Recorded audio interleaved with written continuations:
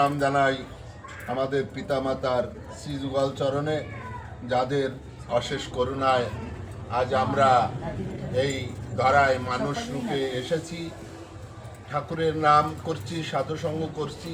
প্রণাম জানাই বাবা হরিচাঁদ, শান্তি মাতা, বাবা গুরুচাঁদ, মাতা সত্যবামার শ্রীযুগল চরণে। প্রণাম জানাই সকল গুরু গোসাইদের শ্রীযুগল চরণে। প্রণাম জানাই যেখানে যত হরিভক্ত আছেন এবং যারা আমাদের এই ঠাকুরের গ্রন্থ পাঠ শুনছেন তানাদের শ্রীযুগল চরণে। আমাদের এই ঠাকুরের গ্রন্থ পাঠ চলাকালীন যদি কোনো ভুল ত্রুটি হয় নিজ গুণে ক্ষমা করে দেবেন আর আশীর্বাদ করবেন যে আমরা যতদিন বেঁচে থাকি যেন সঠিকভাবে ঠাকুরের নাম করতে পারি। জয় হরিবল।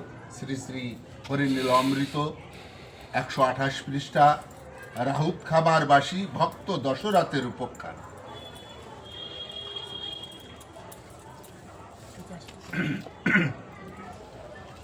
সাধুসূত দশরথ ভক্ত হল আসি, মহায়নুরাগী রাহুত খামার বাস।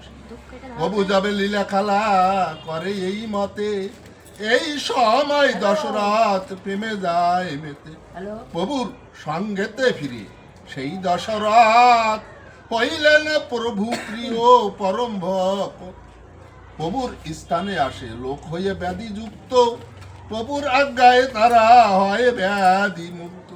তাহা দেখি মনে দুঃখী দশরথ ভক্ত, রোগ ভক্ত প্রভুকে করায় বড় ত্যাক্ত। মন দুঃখে দশরথ গিয়া প্রভু স্থানে, করজনে নিবেদিল প্রভুর চরণে। বহু লোক রোগযুক্ত হয়ে বহু দেশে, রোগ মুক্তি পাইতে তোমার ঠাই আসে। আত্মসুখী রোগাভক্ত ব্যাধি মুক্তে তুষ্ট, তাহাতে আমার মনে হয় বড় কষ্ট। আমার মনের ইচ্ছা যত লোক রুগী, সবাকার লোক রয়ে আমি একা ভুগি।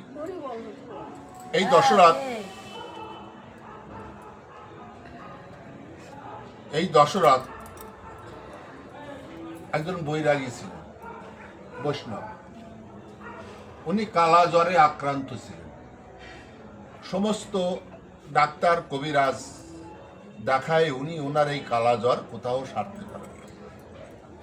ইতিমধ্যে খবর পায় ওরাকান্দি হরিচাঁদ রূপে একজন ঠাকুর আবির্ভূত হয়েছেন। ওনার স্থানে যারা যান তানরাই তাদের মনোবাসনা পূর্ণ করে তাদের রোগ ভোগ সবই দূর করে দেন। সে মতো অবস্থায় শুনে ওখানে গেছে দশরথ। কিন্তু দশরথ বাড়িতে যাবার সময় কাপড়ের মরিয়ায় বিষ বেঁধে নিয়ে গেছে। দশরথের ইচ্ছা ছিল যদি আমি যাই ওখানে না বাঁচি তাহলে ওখানেই বিষ খাইয়ে আমি মরব। তাও যখন দশরথ গেছে, ঠাকুর দশরথকে দেখে বলছে, দশরথ তুমি তো বিশ্বাস, দশরথ বিশ্বাস ওনার নাম, আর আমি তো অবিশ্বাস, তুমি আমার কাছে কেন আইছো? দশরথ বলে, দেখুন আমি বহুদিন এইভাবে কালাজ্বরে ভুগছি, আমি একজন বৈরাগী, 3 বেলা স্নান করি, সন্ধ্যা আরতি করি, আমি কেন এই কালাজ্বরে ভুগছি? তখন ঠাকুর বলছে, দশরথ বৈরাগী, পান কৌড়ি তো সারাদিন জলের ভিতর কতবার স্নান করে, তাহলে পান কৌড়িও কি বৈরাগী? তুমি যদি 3 বার জলে স্নান করে বৈরাগী হও, তাহলে পান কৌড়ি দিনের ভিতর কতবার স্নান করে, তাহলে সেও কি বৈরাগী? সেই দশরথ যখন ঠাকুরের শরণাপন্ন হলো, ঠাকুরের স্পর্শে, ঠাকুরের মুখের বাণীতে দশরথের কালো জ্বর চলে গেল। যখনই কালো জ্বর চলে গেল, সেই হতে দশরথ ঠাকুরের শরণ নিয়ে ঠাকুরের একজন ভক্ত হয়ে ঠাকুরের পদ্মনাথে থেকে গেল, আর ও আর অন্য পথে গেল না। সেই দশরথ বলছে, যত দেশের রোগীরা রোগ ব্যাধি নিয়ে এই ওরাকান্দি আসে ঠাকুরকে বিরক্ত করে, ঠাকুর আমার এই হয়েছে, আমার হয়েছে, তুমি আমার ভালো করে দাও।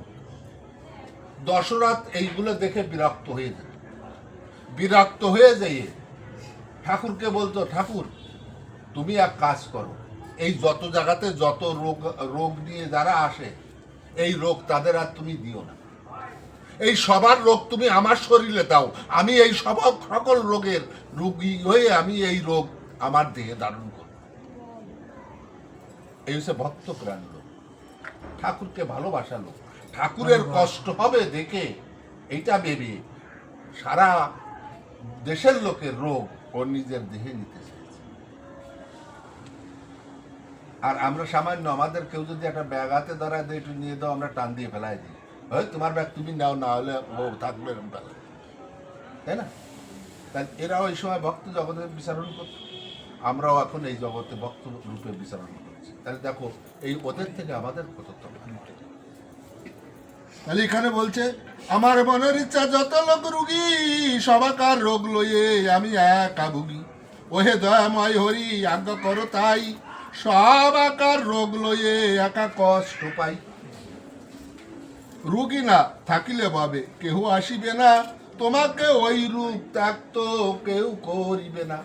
এই দেশে যদি রুগী না থাকে, আমি যদি সবার রোগ গ্রহণ করি, তাহলে তোমার কাছে আর কোনো রুগী আসবে না, তাহলে তোমাকে কেউ বিরক্ত করবে না। তাই তুমি সকল লোকের রোগ আমার দেহে দাও, আমি বহন করি। জয় হরিবল। আজকে গান বাজনা করবে সবাই, এ পর্যন্ত বন্ধ থাকবে।